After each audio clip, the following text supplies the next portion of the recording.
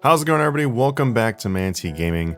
Thank you so much for everyone that's been joining for our live streams. We've been doing live streams throughout the entire Double XP week. Well, week and a half, I guess it is. Double XP live, 10 days. I don't even know what to call it anymore, honestly. I keep on calling it weekend, but that's not really accurate.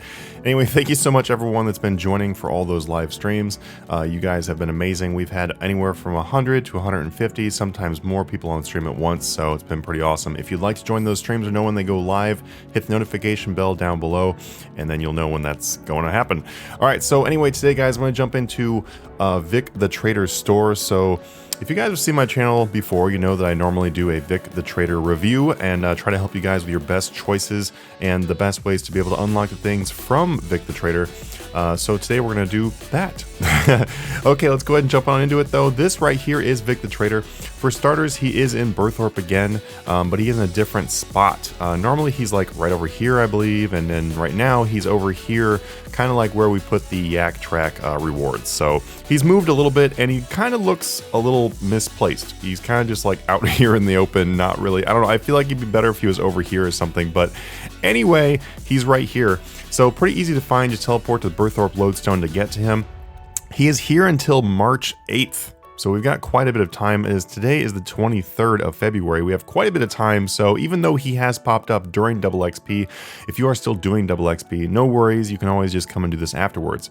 So the way Vic the Trader works is by right-clicking him or talking to him, but right-clicking is definitely a lot quicker. You can go to buy or trade XP. So if you go to buy, it opens up his shop, tells you all the different things that you can buy from Vic the Trader, and if you go to trade XP, that's how you get the credits to be able to spend in Vic the Trader's store. So let's go ahead and click on Trade XP and we'll be able to see how this works.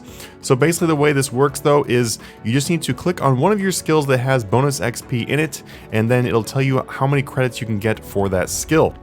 There's a little bit more to it, and let me kind of break down how it works. So if I click on my construction skill, for example, I have 11 million bonus experience in construction.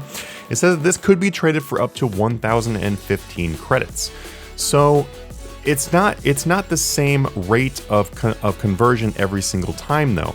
If you look at my divination, where I have 54 million bonus experience, as you see right here, with 11 million, I'm able to get 1,015 credits. If I go to 55 million, you'd think that would be like 5,000 credits, right? But it's actually only 1,460 credits.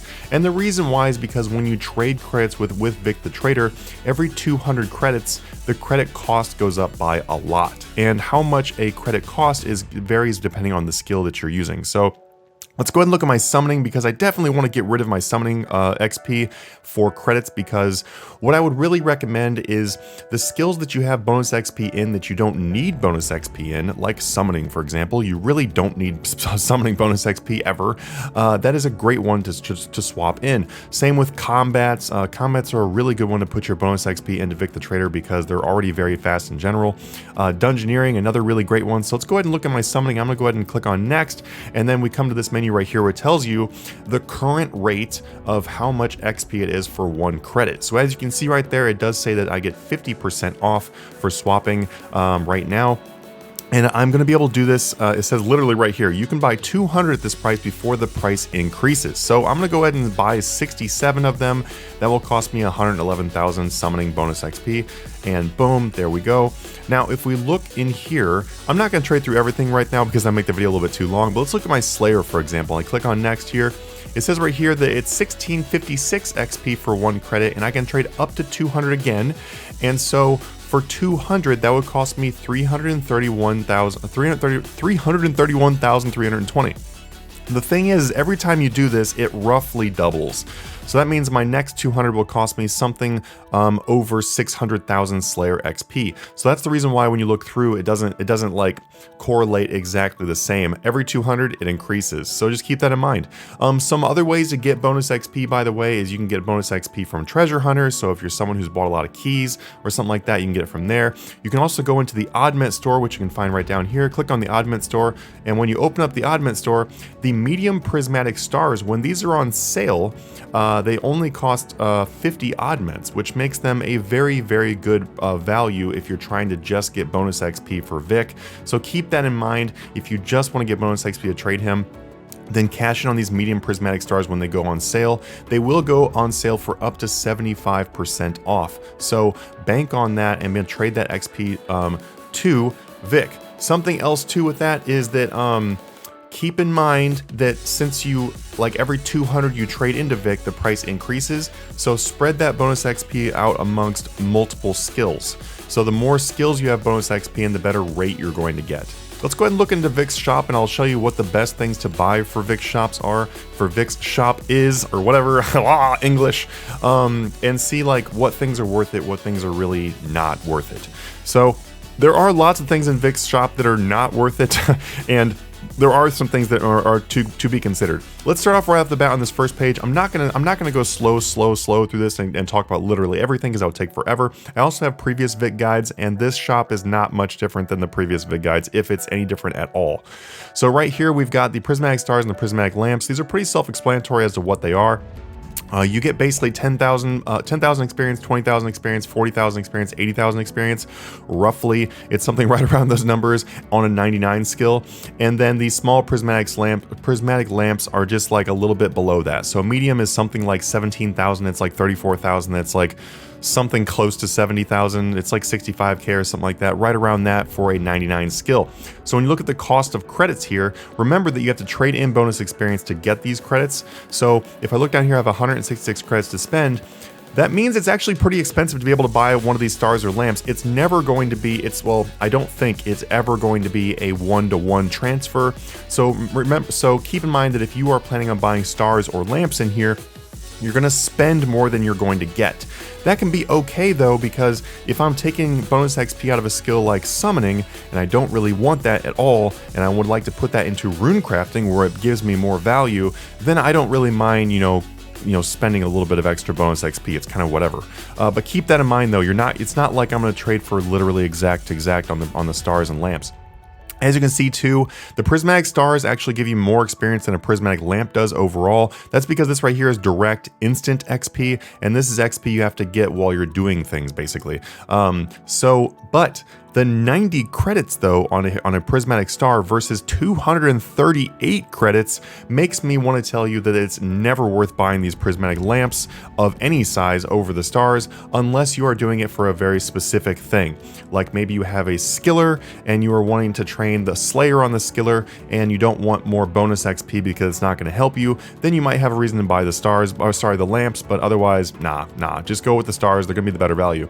Dungeoneering tokens are a very popular thing for people to buy in here, but I will let you know though, if you hardcore train your dungeoneering and you get to high levels of dungeoneering, buying the tokens is not as worth it as maybe you think it is. So just like really consider if you really need to buy dungeoneering tokens, but the value here is not bad at 100 tokens for every 1 credit, so it's not terrible. The dungeoneering wildcard is a very good option for people who have a higher level dungeoneering and would like to do some floors, because this will give you 50% more XP and tokens per floor. For only 35 credits, these can add up to a very big bonus, so keep that in mind if you have a high level of dungeoneering. Advanced pulse cores are also not a bad option. They give you roughly the same amount of experience as like a medium prismatic lamp does over time, plus a % boost that you can stack up. These are really nice for double XP, so it is a consideration if you just want XP. Moving into skill outfits, just long story short here, as usual, these are not really worth buying. You better have a really good reason to spend 250 credits on these, because that is actually pretty expensive. As you saw with my Slayer, it cost me roughly 331,000 experience to be able to get 200 credits, and then after that it's going to cost even more. So in order to get to 250, you need to either use 2 skills or pay a lot more on the conversion rate of the second set.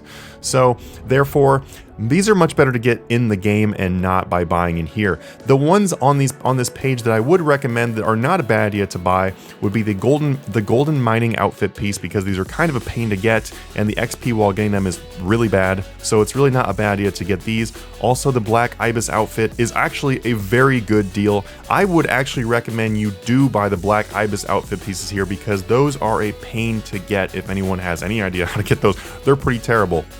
Master Rune Crafting outfit piece, not that hard to get. Constructor, very easy to get. Lumberjack is For some people, it's easy to get. For other people, it can be difficult to get. So kind of figure out if it's worth getting on you for you. There is a quick way to get Lumberjack outfit, although I understand that some people don't enjoy that. So maybe this is worthwhile to you. Skill outfit head add-on could be valuable, but understand that it is a random one. So unless you're waiting for a specific one, you might be wasting a lot of credits trying to get the exact one. Moving into special outfits, this is going to be a really easy page because none of this is worth it or like anywhere near worth it. You need so many of these pieces to make the full set that to consider spending anywhere from 500 to 800 credits per piece sounds absolutely insane. That would be a ridiculous amount of bonus XP that you'd be spending. This honestly, I personally feel like this page is just like the bonus XP sink. Like they're just like, this is the page we're going to make people spend a lot of bonus XP on. I would highly recommend you don't do this. These are much easier to get other ways. Just go get the fragments. The shark out piece, so much easier to get with fragments. And then into the other page. This is the most useful page in the store in my opinion. This is the one that I pretty much always say that is the best page because it continues to be the best page. The best thing in Vic's store in my opinion of everything you could buy here if you want XP are these large dwarven toolboxes. So these large dwarven toolboxes, each one of them will give you 2 dwarven tools. That means you're only spending 25 credits per tool, and then you can get a fishing, mining, or wood cutting.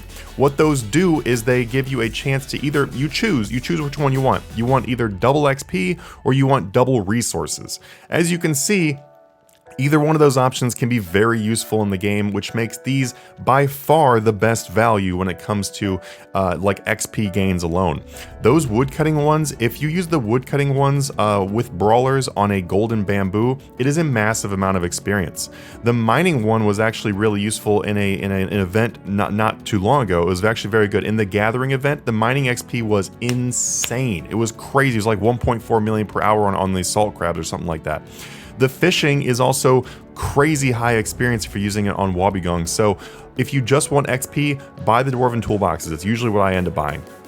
Besides that though, we've got large protein packs and the skilling dummy crates. It is always better to buy the bigger one because as you can see right here on the medium one you get 2 dummies, the large one you get 4, so it's literally double, but it's not double the price, so just try to buy the big one if you can. Same story over here, you get more value on the larger packs if you want to get those packs. Trading in for these protein items and getting the traps is a pretty good amount of experience actually. It ends up being probably better than, actually it is better than you spending on lamps or stars if you don't mind getting the experience over time. Last thing on this would be all these different cosmetics. There are some cool cosmetics in here. They're not too expensive at 100 credits a piece. If you would like to collect all the exquisite weapons or something like that, this is pretty much the only way to get them in the game right now, so it's pretty cool to do if you're one of those people who like to try to collect everything. The Tsar Whip or however you say that, is a very cool item to pick up because I believe this is currently the only place to get this, and for 2,000 credits it's kind of like a good thing to show off. If you just want some kind of thing to flex on people, 2,000 credits is quite a bit of credits, so it's a cool thing to flex with. The last thing in here is the Slayer masks. I don't recommend you buy the Slayer masks in here. I know a lot of people do go buy Slayer masks here. I would honestly recommend you don't, and the reason why is because you can get these from doing other things a lot easier. Anyway guys, thank you so much for checking out this video. I really hope you enjoyed it. I'm gonna go ahead and end it here because this video went longer than I wanted to, but hopefully this gave you some information you're looking for.